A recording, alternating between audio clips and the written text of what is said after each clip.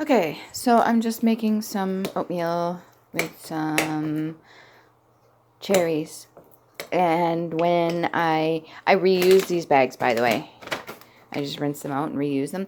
So I was in the freezer and there's a bag in there and it said figs. Now, I personally really like fig bars. You know what fig bars are? And I really like eating dried figs.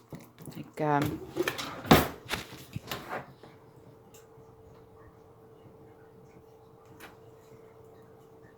you coming in?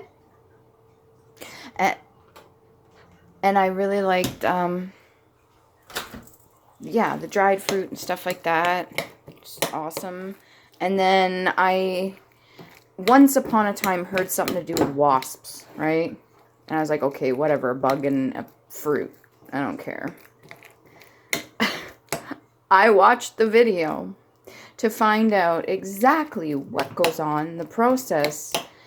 The fig tree produces all year round, and there's a unique relationship that the fig wasps, or whatever you want to call it, the female ones, have with the flowers of this tree. And so at a certain point, the fig becomes ripe enough in the sun that it allows a specific time that leaves just enough of an opening at the bottom of the fruit for the female wasp to climb up under the bottom of the fruit to get in the middle. So when she's in there, she loses her wings. She is no longer coming out, okay? Unfortunately, they are very, very tiny. They're not like the wasp you and I know. And so she's in there and she lays her eggs. They're very tiny as well, so don't get too disgusted. We're not there yet. Save it. You're going to need it. So the eggs are laid and she passes away.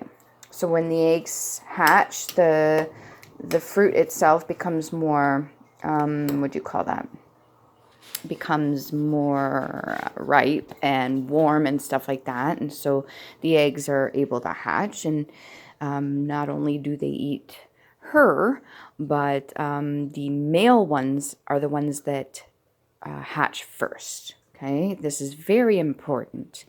Now, picture the fig leaf and the symbolic nature that it's used for. Okay, the fig leaf, right? Again, Adam and Eve. This is where it gets weird. The male ant, or male wasp, sorry, as soon as it is hatched out of the eggs, okay, the male only hatch first, they automatically start to impregnate the unhatched eggs that are that of their sister. Okay? Now keep in mind energy and how everything transpires and how everything passes down and lessons and all that jazz, okay? So they do this. They do that before their sister eggs are even hatched.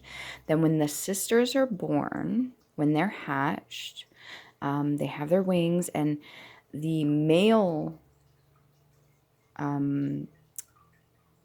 fig wasps or whatever leave the plant itself first, the fruit first. They leave first.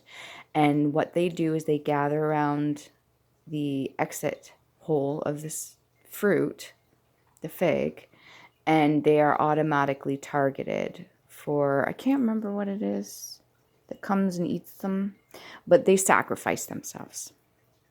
And as they sacrifice themselves, it allows then for the female wasps to leave, and they have only a period of, like a day. You know, the whole idea of like a fruit fly? They have like maybe a period of a day or something to do along the lines of that, so many hours or whatever, to reach their next flowered fig or fruit. And that is in itself a cycle.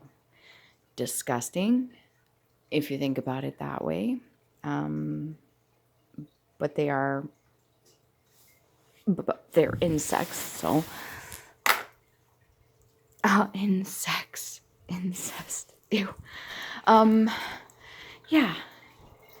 Yeah. I thought that was strange. And then they used the fig leaf to cover Adam and Eve in the garden. Right? Don't know if I'm going to be eating figs again for a while. Until I forget about that. Sorry if I did it to you. If you never ate figs to begin with, you probably won't after today. If you watch this video, again, I'm sorry. Just going to have some of my cherries here. Because it's good with oatmeal. But, yeah, I'm sure there's something that could be learned there. A lesson that keeps repeating over and over and over again. Some stuff there. It's really weird, but that's the life of the... And they're tiny, okay? So they're not like the giant fucking wasp or anything. And I've gone 5 minutes too long about this. I'm done.